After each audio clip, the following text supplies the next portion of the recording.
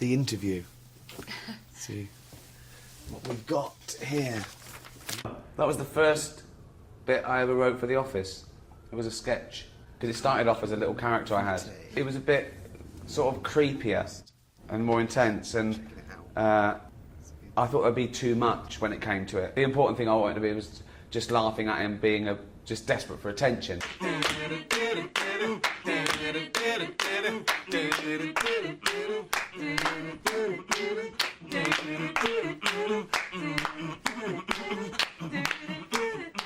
Brent is he's a Frankenstein of people I sort of knew growing up.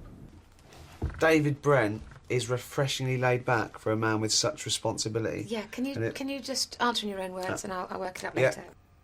And that's why he's sort of real, and I think that's why people identify with him, because people say, oh, I've had a boss like that, or I'm like that, because he is sort of an everyman, and every guy wants to sort of be loved and Absolutely. you know, wants to have fun at work. And Gareth is based on a guy I went to school with when I was 14. That's why he acts like an adolescent. What are you doing? What? Gareth, what are you doing? I'm just pushing the stuff off my desk. I can't concentrate. On your desk? It was. It's all overlapping. It's all coming over the edge here. Particularly something like The Office, realism was the single most important thing about it. So it resonated. You know, I worked in an office for 10 years, and so it was good to get the detail right. But it still comes down to character. It comes down to people recognising things in people. And I think most people identified with Tim, because he was a normal guy looking at this chaos and looking down the lens, like to people, save me.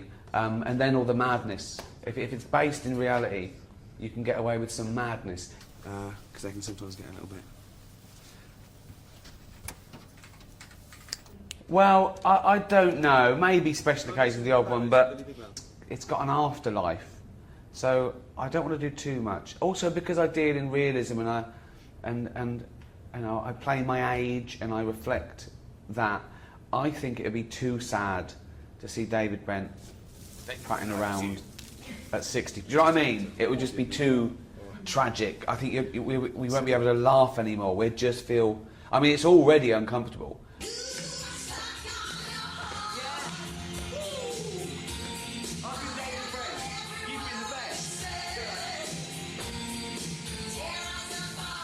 It's incredible.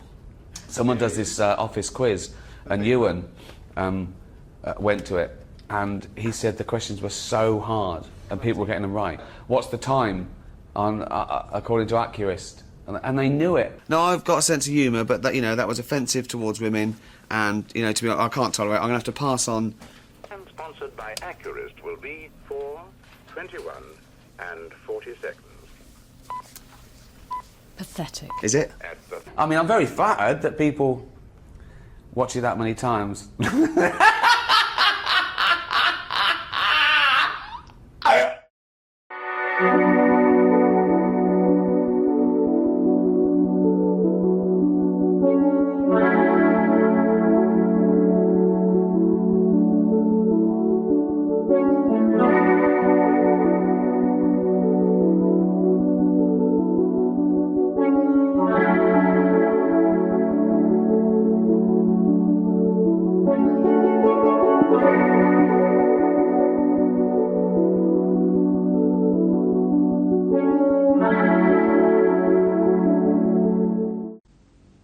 Have you ever had a funny experience with someone wearing a hairpiece or toupee? Yeah. Would you ever consider wearing a hairpiece because you're losing your hair? Right, yeah. I've had loads of funny experiences with wigs. I talk about this in Humanity, actually, about an old uncle who wore a wig. And I say that, you know, not only was he bald for years, but anyone who wears a wig, you can tell. I hate to do this, but if you wear a wig, I'm talking about blokes, really, I must admit, sexist. Guys, if you wear a wig or a toupee and you think you've got away with it, you haven't. Everyone knows. Everyone knows. And the people you've sworn to secrecy They tell people, and they tell people. So, I mean, I don't care, but maybe if I'd have been 20 and I'd have been going bald, yeah, maybe I'd have panicked a bit. But at 60, who gives a f***, you know? And I don't know. I keep it short. I comb it. I do cheat in like filming and stuff. They put powder in, so because the lights you'd see your white scalp, so they put, you know, powder or a bit of mascara to keep it the same. I'm getting to that stage now that over a filming period I could go greyer and balder than I was at the beginning of the filming. But no, in general, shave it off. I've got to shave it off. I keep saying I will. Getting thinner and thinner, innit? But no, never a wig or a toupee. No. What next? That's just me though. To each their own. Who is the best band or singer you've seen live? Well, I've seen some amazing acts. Bowie, Springsteen. God, you know, all of them. Radiohead. I'd probably go for one that is rare and was magical. And there's no one like her. Kate Bush. Kate Bush at Hammersmith Apollo. Just amazing. Theatrical, amazing songwriter, a legend. I'd never seen her before, might never see her again. So yeah, that was pretty special. Tony, did you ever visit the King's Road when you were younger and buy something that you knew no one would have back home? I remember buying robot shoes back in the day. I didn't. When I lived in Reading, I had no money. I couldn't afford anything in the King's Road. In fact, when I got to London and went to the King's Road, I couldn't afford anything. I think I was a student. No. I mean, you go to jumble sales, you wear things that no one else is wearing because you're so out of date. I used to shop at jumble sales. I didn't care about hand-me-downs. I used to make things out of things. You know about the suit out curtains. That was but I never really cared. I never, you know. I remember I got an old Mac. My first year in college, I think I buzz cut the hair off. That was into madness. So I went and I got a big old Mac that was way too big for me, right? And I was like 8.5 stone. And I pulled the belt in. I don't know what I looked like. Well, my mum told me what I looked like. I went home with a case, like the first Christmas at college. Shuts the door. There's me, skinny, shaved head, in an old Mac, tied in the middle. And she went, "Rick, you look like a sack of shit tied in the middle." So no, I didn't buy things from King's Road. She had a point. Salt and sauce. Do you cook dinner when Jane is away, or do you get takeaway? Well, I don't get takeaway because I can't be bothered to answer the door and pay for stuff. Too lazy for takeaway. I answer the door. I love my pajamas on and stuff. I don't want to. No. No. What usually happens is Jane leaves some fresh pasta. Okay. I was here for one night on my own last week when Jane popped to Malmo, and there was fresh pasta, pickles, food was all laid out. I did all that. So I couldn't go wrong. All the remotes were laid out. I don't think I'll put the telly on. So yeah. So Pickles fed at 6. I fed her at like 10:02. I thought she'd like me a bit more. Right? Thought, oh, it's 10:06. Got the pasta. It said serve 2. I said, that. I'd eaten 2 portions of pasta and all the sauce by 6 o'clock. Me and Pickle had both eaten by 6 p.m, sat on the couch. So, there's your answer. I'm not proud of it. Adam. Roll 1 to 5, you get an extra 20 years of healthy life. Roll a 6 and you lose 5 years. Do you roll? That's a great question, isn't it? Oh my God. So I've got 5 times the chances of living 20 years than losing 5. I still couldn't do it. I couldn't roll that dice to lose 5 years. Oh God. Maybe I'll do it when I feel worse. Like when I start feeling really bad, I'll go, F*** them.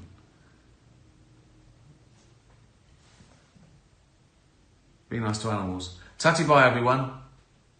Tatty bye.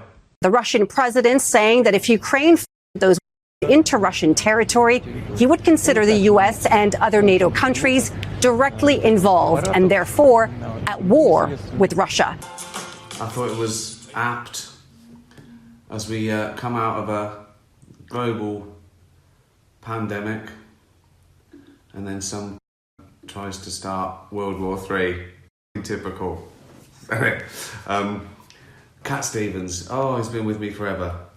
That's off the Teaser in the Firecat album, which is the first album I ever owned that was mine. Not the first one I bought with my own money. That was Stranded by Roxy Music. But that was the first one I owned.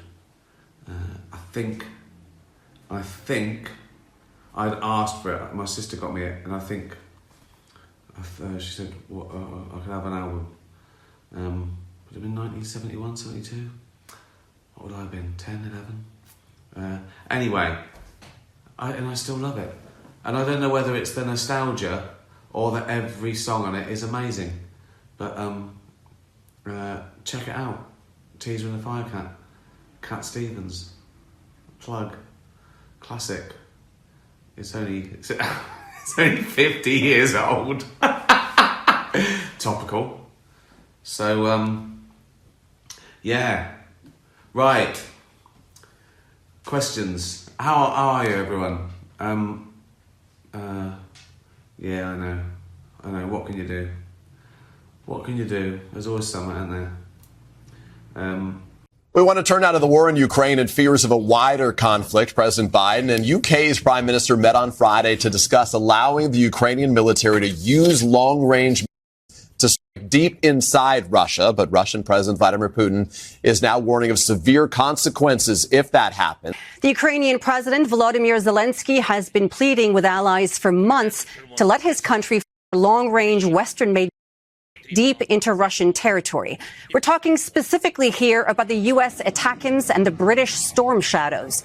Ukraine says these long-range will allow its forces to air bases and other military targets from which every single day Russia is launching attacks that are Ukrainian civilians.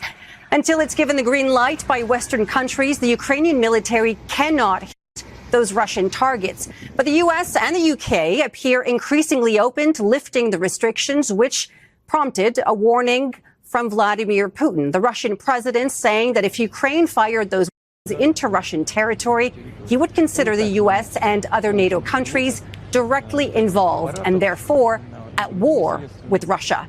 His remarks signal he may be willing to escalate against the West in response, and some Western officials are concerned this could mean acts of sabotage against their infrastructure or possibly, Peter, NATO bases. There's always summer, even if it's not, a world concern, if it's not a pandemic or global warming or nuclear war or tragedy, right? There's always something wrong. Do you know what I mean? You just pick up. At my age, every day gets a little bit shitter. I ache a bit more. So, you know, the news is one thing, but I'm already in pain. Oh, God. I take vitamins and things and supplements now. Ointments. My latest, nothing I can do about it, but I've been trying to keep fit, which is harder and harder, right? So I go jogging or walking every day, depending on if I've got like my knees have thawed out, or I haven't got sprained ankle or bad back. I try and go running or walking every day, right? And this is way too much information, right? I've just been putting I haven't been wearing pants unless I have to go on a chat show or something. I was on a couple of those. So it's been nice to get up, take my pyjamas off, put on tracksuit bottoms, but you know, like joggers. I've got joggers clunge because it's a bit of chafing down there. So I put underpants on today. I thought if I could stop everything scrabbling around.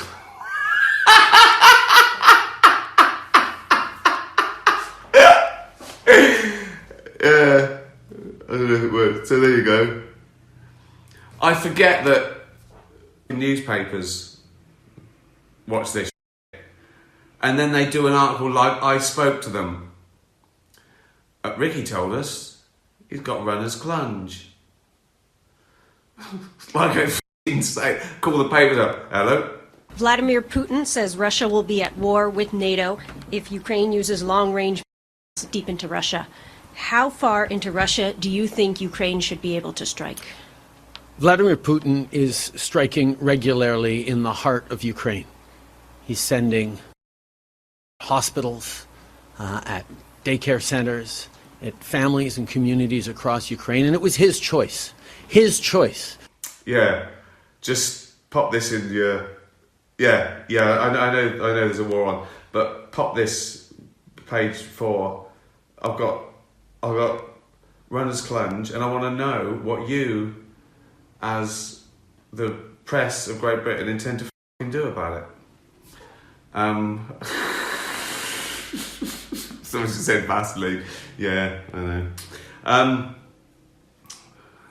Right, that's settled. To invade a neighboring sovereign nation. His choice to start this conflict, and it could be his choice to end it tomorrow. All he has to do is pull back his troops into Russian territory. But he won't do that. He is not just trying to remove any choice that Ukrainians have around where they want their future to go, remove their independence, remove their sovereignty. He's trying to deeply destabilize the international rules-based order that protects us all, not just in every democracy around the world, but in all countries around the world. Any country with a neighbor with a slightly larger army should be worried if it suddenly becomes allowed to invade and redraw lines on the map. And that's why Canada and others are unequivocal that Ukraine must win this war against Russia.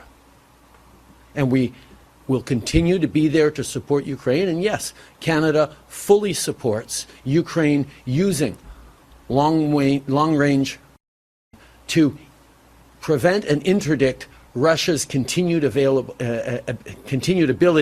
to degrade Ukrainian civilian infrastructure and mostly to kill innocent civilians in their unjust war. Luckily, I don't have many sad days, like some people do. Everyone feels fed up, or I'm annoyed all the time, or something I'm not looking forward to hangs over me. That can be something like when people think, oh, it's lovely. Like, oh, I've got an award show. I'm through, oh, God, to get dressed up and go out at 4 o'clock. Those are the sort of things.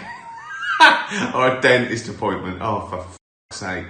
I just want everything to be, I wouldn't even say fun. I want peace and quiet. That's all I want. And it's times like this I realise how fundamental and important just peace is. Just peace. It's number one for me now.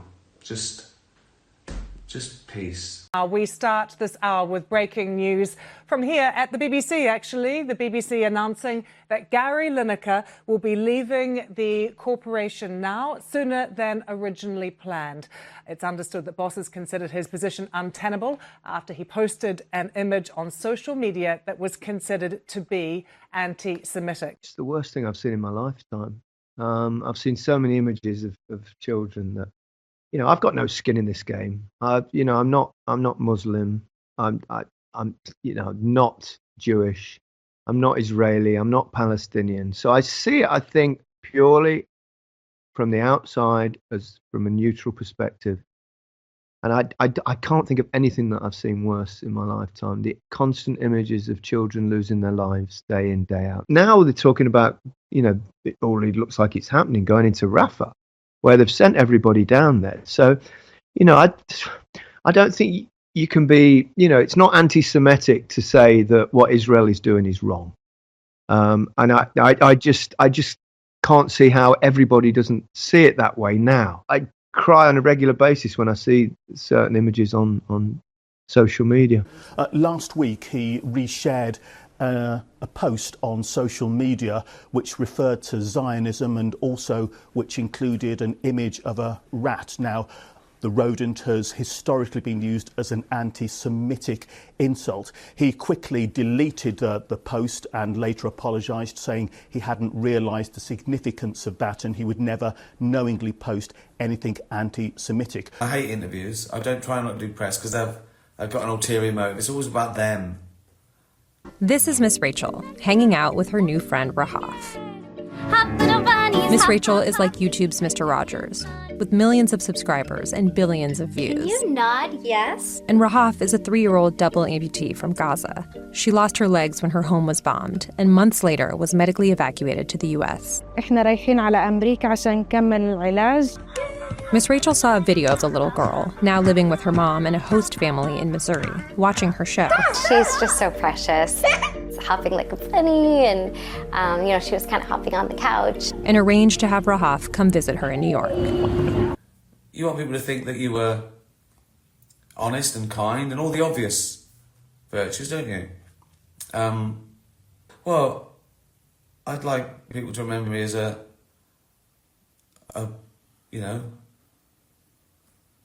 good soul, I suppose. A nice chap who did well. I know it's a difficult one because it sounds like I'm sort of suggesting to you what I think I'm like. But I think the same as everyone else, really. You want people to think you're a decent guy who didn't, hurt anyone, and hopefully, if there was a cosmic balance, I'd like to think I made the world a slightly better place than a slightly worse place. You know, when you hire a caravan for a week, my mum used to say, leave it as you found it, if not better. So I sort of think of that, really. Did I do slightly more good than bad? Although, problem with that is, you got serial killers who did a lot for charity.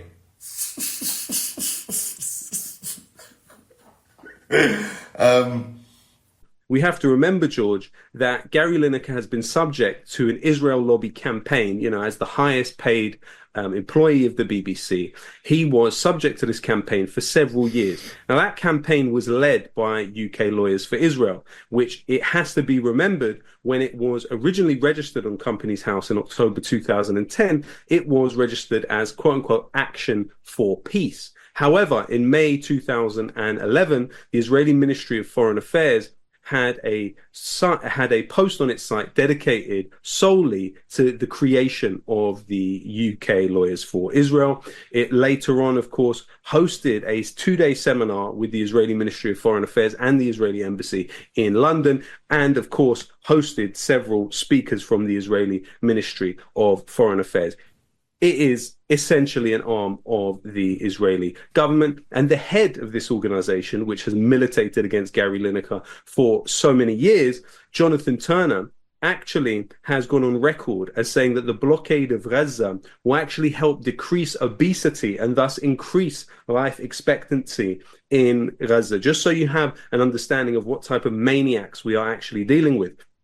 UK Lawyers for Israel went as far as bullying an NHS hospital to take, or lobbying an NHS hospital, I should say, to take children from Gaza's artwork out of the hospital. I mean, it's just beyond belief. They've even had a role in editing textbooks in this country on the content that relates to Palestine. But the bigger question, George, as you will well know, is what exactly is happening at the BBC. Now, you have to remember that currently in a key position at the BBC, in charge of, according to the BBC website, upholding and protecting the independence of the BBC, is Robbie Gibb. Now, who is Robbie Gibb?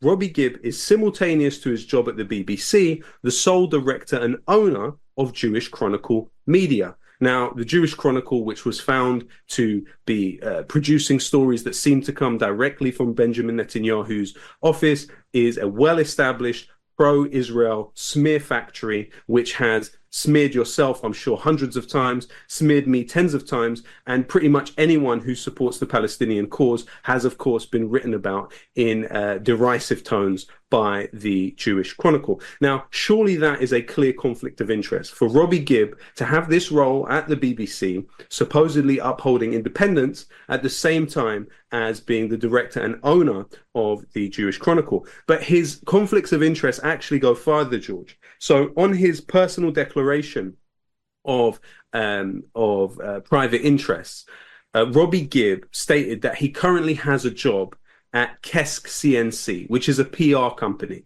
So he's employed by this PR company, which was founded by a chairman of the Weizmann Institute in Israel, Gershon Kesk, at the same time as he's employed by the BBC. Surely, being employed by a PR company and a news company, these things would rub up against each other.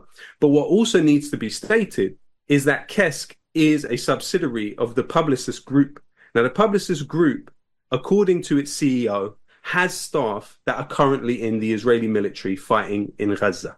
Again, a massive conflict of interest. Also, Gibb has a paid role at JL Partners, which was founded by James Johnson, a pollster for Theresa May, and Tom Lubbock, a former pollster for the Conservative Party under Boris Johnson. But then you get to the question of the BBC's online Middle East editor, the very individual behind those headlines, which essentially put Palestinian deaths at the hands of Israeli soldiers in the passive voice and work to sort of invisibilize the Israeli bombs that fall on Palestinians. Well, who is that? That is Rafi Berg. Now, Rafi Berg is somebody that collaborated with Israeli intelligence personnel in order to write a book about them, and then was so happy with Benjamin Netanyahu's response that he framed the letter from Benjamin Netanyahu and put it on his wall. And that's right next to a framed picture of himself with the Israeli ambassador to the UK at the time, Mark Regev. This is the person that is editing the headlines regarding Palestine and Gaza in the BBC. But I've also looked into it, George, and found several people who were employed by the BBC after being in the Israeli occupation forces. So, for instance, there's an individual by the name of Roni Belenki. She was a project manager at the BBC after being a commander in the Israeli military. There was even an individual by the name Eli Ovitz, who claimed to be an assistant producer for the BBC at the same time as being a spokesperson for the Israeli military. You also had Bar Ben Youssef, who was somebody that was a BBC scriptwriter after being a soldier in the Israeli military, and someone by the name of Shirona Partem, who was a BBC News producer after being in the Israeli military. And another glaring conflict of interest was Mark Berg, who went from being a BBC editor to then going and being director of BICOM, Israel's largest lobby group in this country. And guess what he did after several years working as director of BICOM? He went back to the BBC and worked on the show Hard Talk, for example, and other key BBC shows. So really what we're talking about here, George, is what happened to Gary Lineker being a symptom of corporation capture. We are seeing clearly that Israel has pro-Israel forces deeply embedded within the BBC, who will be working lock in step with the Israel lobby outside of the BBC to engineer something like what has happened to Gary Lineker. We didn't have a choice. We didn't choose to exist. We just, with the result of like 3.5 billion years of evolution, the chance of being born like 400 million to 1. It's great. It's a one-off. We'll never exist again. We didn't exist for like 13.5 billion years, and now we got 80, 90, 100 years, if we're lucky. And then we don't exist again. There's no point to it. There's an individual point. You've got to find your reason to carry on living, and that's loads of reasons. There's loads of reasons to make the most of this crazy chance, learning stuff, playing, friends, just try and find out as much about the world and enjoy every minute that you can. Whatever makes you happy, do that without hurting anyone. The British Labour government, which has backed Israel's every move all this time, now trying to persuade us that they think Netanyahu is going too far. Do you believe them?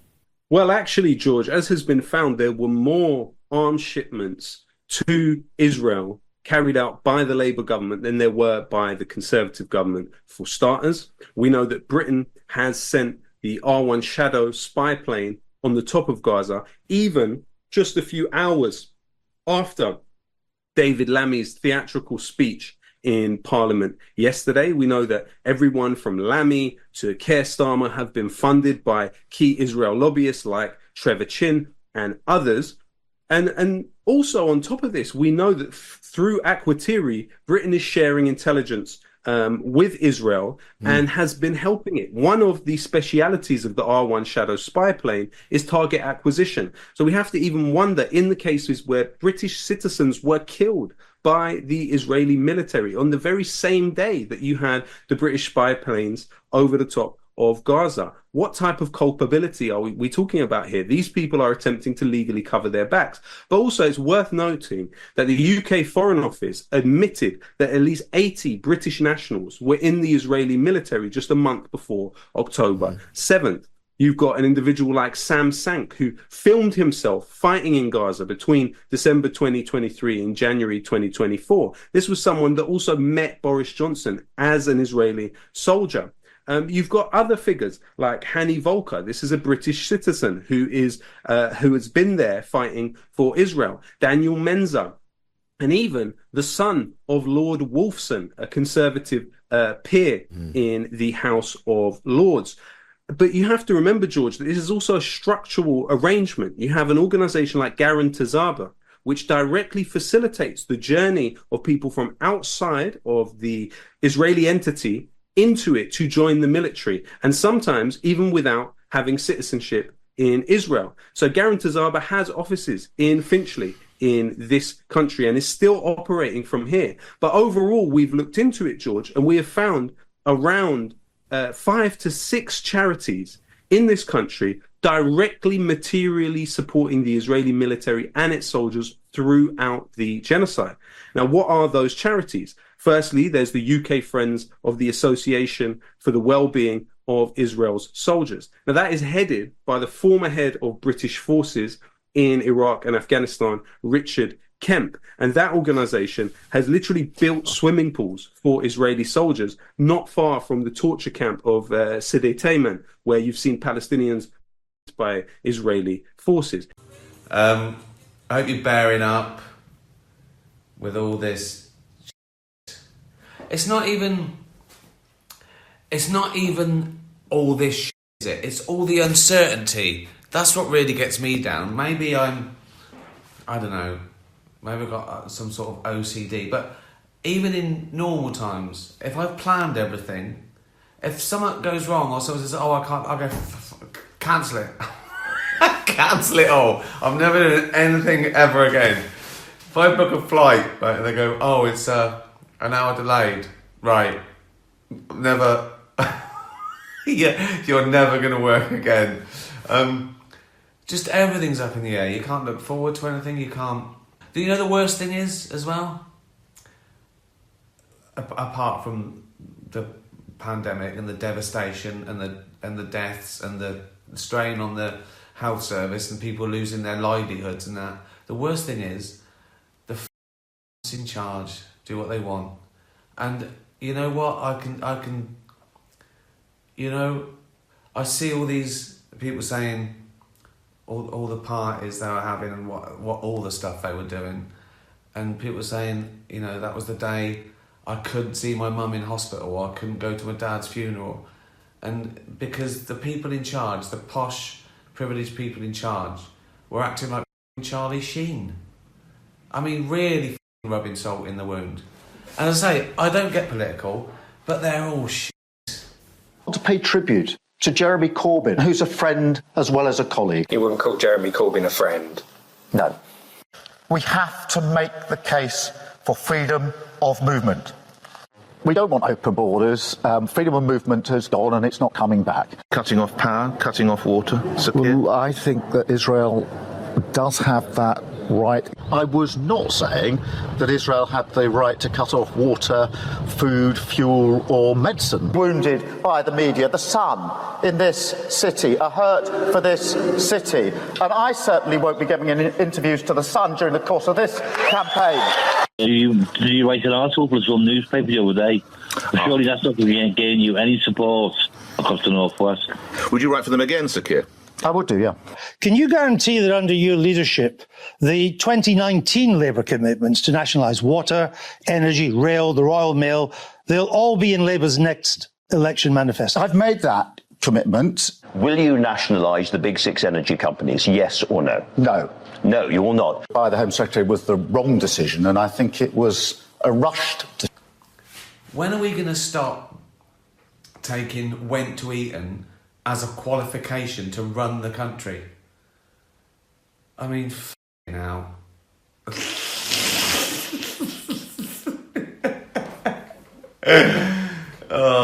So that's why I'm doing this as well, because I've noticed all around, you know, there's a lot of annoyance and frustration, totally justified as well, misinformation, anger.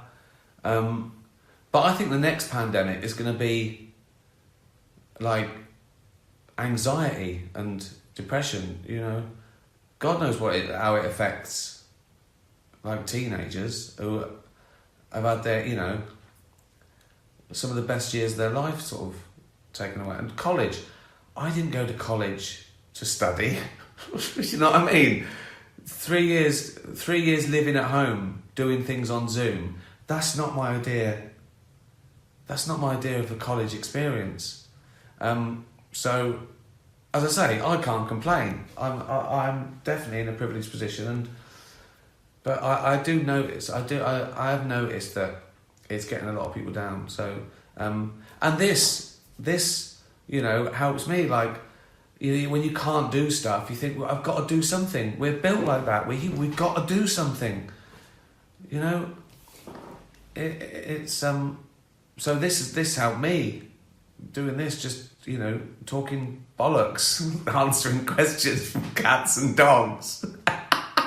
Yeah, my world tour was postponed for a year, but I did talk to a lot of cats and dogs. Yeah. Okay. Well, I hope you're bearing up and Describe yourself as working class. Sakir, define working class. No, working class is families that work for their living, earn their money through going out to work every day, not through other Not means. middle classes do that? Well, working class families have the ordinary hope to get on in life. I mean, this has been Don't a story. middle classes have that Yeah, as of course well? they do. Of course they do. So what's But the distinction? People will say to me, "Well, look here. You've come a long way. Yeah. You're, But you went to you've state got-" school. Yeah, but that is the ordinary hope of the working class, which is to have a decent education, to get a decent secure job, to get a car, to get have a nice holiday, to have a Isn't house. that the middle class too, Sakir? Everything you just listed? No? It is, yeah, it is, and that's why many people go on their life journey from what you might call working class to middle class. I hope there's no kids. I hope there's no kids watching because I've said the C word as well. I apologise. People are eating their tea. Fucking slagging off the government, Christmas, just life in general. Welsh Felix, what do you want for Christmas? Besides a working jetpack? Yeah, still number one. Still number one. Just off. Whenever I say to Jane, "Oh, there's a new drone you can sit in," right? It's £1 million, but she just goes dead immediately. Just like she didn't find me wrapped round a pylon. He died. When did he get this? She'll go, this morning. He's dead. Yeah, I know. I knew he would be. I told him. I said, I knew when he was going to say he's going to spend £1 million on it. I said that he'd be dead by this afternoon, and there he is, hanging.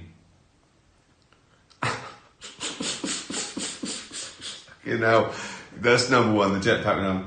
Peace and quiet, more and more. Peace and quiet. Just want peace and quiet. That's what I just want. Peace and quiet. I mean, to the extent that I don't know. I just want I want to know what I'm doing. When I know I've got a night in, or I know everything that's happening, right? And then when I've got to work and when I've got to relax. And then if I've got, oh great, like Netflix, I've got a night off, a bottle of wine, Netflix, this. Someone calls and says, "Oh, we're in town, do you want to do dinner?" Oh, fucking hell. I wish I was dead. Only death can get me out of this.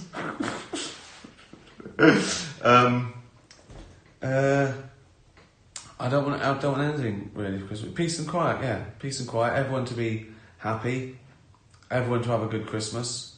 More and more now you worry like other people's misery spoils it for you. That's an age thing, isn't it? When you can be happy and then you can see one thing like like a terrible fucking story on the news or a bit of animal cruelty, it just ruins your fucking day, doesn't it? You think, I can't enjoy myself now because I've got to sort that out. I've got to save that dog. That's why I do everything, peace and quiet. I want it right. If I do that, I can have peace and quiet. More and more doing something with my money, charity work, doing something, seeing it make a difference. I think that's why you should give to small charities as well, because you see the difference. It means something to them, and you see results. And I give to big charities as well, but it sort of gets lost. Like even the admin costs. Whereas if you know a local charity and they're a small sort of concern, that pound, the whole pound, goes to helping the cats and dogs or kids or whatever. So that I like that. That's good. I feel like I've done something. Peace and quiet. I love peace and quiet now. For about a minute, then I get bored. I might have some condition. I want to do whatever I'm not doing, unless it's someone else's idea. Then I want you to carry on doing what I was doing. Oh God. This is like a therapy session, isn't it? You are my therapists, and you're not qualified.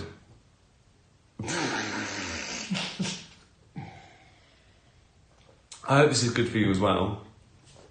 I don't just do it for me. If you will.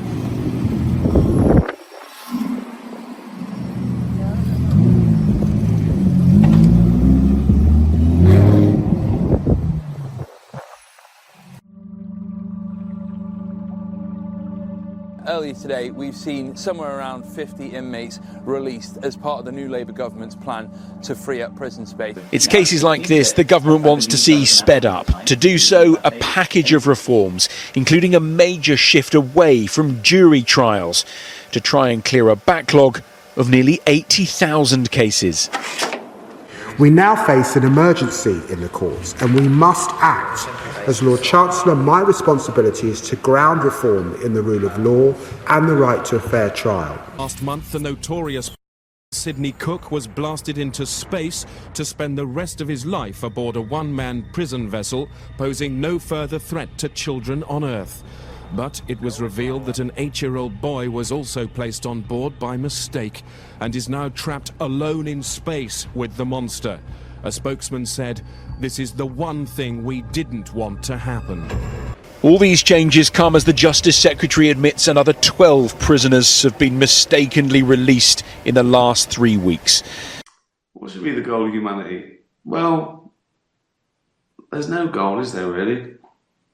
We each live our lives.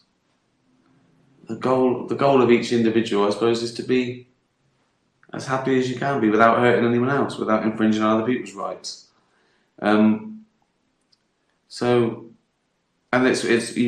There's probably a list of things that make each person happy. Mine is dogs, wine, this, talking absolute shit for a living, creating. What else? All the usual things, friends and family and all that. Work, learning. People always forget that. I always forget it, but it's great just finding stuff out. So anyway, everyone has a list of things that makes them happy, and you just got to do that all your life, and then die, and probably leave the world in as good a state as you found it, if you can. That's just common courtesy, isn't it?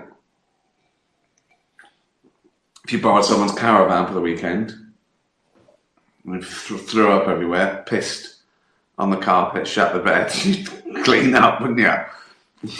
Saturday morning. Just common courtesy. Little tip there. As court cases are sped up, that could shift pressure onto a prison system already at breaking point. Look, if I have to be honest with you, whoever thought of this idea, they must be totally out of their mind. Because if you release people in waves, you get crime in waves. It's as simple as that. And you think that's going to happen then? It's already happened. It's already happened once. They've already released early, and they've already got them people already back in jail. But if they want to help people and start helping people, give them a bit of work when they get out or something. Yeah? Not just releasing people out the gate to get on with their life. You're saying just the lack of support, just letting people go out on their own. 100%. This is the only time I've ever had help is today when I walked out and they give me a phone. That's the only help I've had in 20 years. They give me a phone. Okay, yeah? all right. One of the charities, Catch 22. So at least someone's trying to do something, you know? And what were you inside for? ABH. ABH, and how long are you in for? 1 year. 1 year, and you got released how early? A month. A month early, okay. We're just talking off camera about, obviously they've let you out because the prisons are overcrowded. What does it feel like inside HMP Brixton? Does it feel like it's overcrowded? Yeah, it does. Okay, and give me an example of how. How does it feel like it's overcrowded? You're in a single cell and they've got double beds and that. Too many people in the prison. Do you think this scheme that they've done to release people, do you think that's going to work? Do you think that's going to free up space inside the prisons? No, because all they're going to do is put all the people from the riots in. It's going to be filled up again. and no one's getting any rehabilitation. So it's not actually going to bring any of the sort of prison population down, or free up space, sorry. They're just going to empty it out and then fill it up with new people. Really? And then they've got the backlog from COVID. So they've been, and plus most people reoffend, so they be straight back in. The caseload is projected to reach 100,000 by 2028, and without fundamental change could keep rising, meaning justice will be denied to more victims and trust in the system will collapse. Mr. Speaker, to avoid that disaster, I will follow Sir Brian's bold blueprint for change. First, I will create new swift courts within the Crown Court with a judge alone deciding verdicts in triable either way cases with a likely sentence of 3 years or less, as Sir Brian recommends. Sir Brian estimates that they will deliver justice at least 20% faster than jury trials. And whilst jury deliberations remain confidential, judges provide reasoning for their verdicts in open court. So this will hardwire transparency into our new approach. And today there's no such thing as mental. Everyone's got an excuse. Everything's a fucking... You know what I mean? It used to be he's mental. But now, no, he's not. So... I said to Parliament a few weeks ago, I released data at that point, and there had been 91 releases in error up to that point. There have been 12 since then. 2 are currently at large. That's new information that I'm sharing with you. I'm pleased that the trend is downwards because of some of the improvements that I put into the system, a new query unit between our courts and our prisons, digital technology to help to move the system forward. And of course, I've asked Dame Lynn Owens to conduct a review, and she'll be reporting in the spring, and then we will build on what she said. Has your phone been stolen, or have you been caught in an online scam? Changes to the justice system could impact you. New court reforms announced today by the Justice Secretary could make it easier for you to get justice for things like theft and fraud. In an effort to reduce the nearly 80,000 case backlog faced by the Crown Courts, the Justice Secretary David Lammy has announced bold new court reforms. When victims are left waiting for years, justice is effectively denied to them. And this is a betrayal of our legal heritage, and it's a betrayal of the victims themselves. So what has changed? The first key change is that jury trials will be scrapped for defendants facing a sentence of 3 years or less. Secondly, magistrates' courts will be able to hand down longer sentences, from the current 12 months to potentially up to 2 years. Lastly, for crimes that carry a sentence of up to 3 years that a magistrate sends to the Crown, a jury will not decide. Instead, it'll be down to a single judge. So what will it mean for you? Well, it may result in swifter and quicker sentencing for those mid-level crimes. It will also mean less jury service, with juries only being used for serious indictable offences, such as murder and rape. Currently, the predicted caseload backlog could rise to around 100,000 in the next few years. The government hopes that these changes will see victims get justice quicker.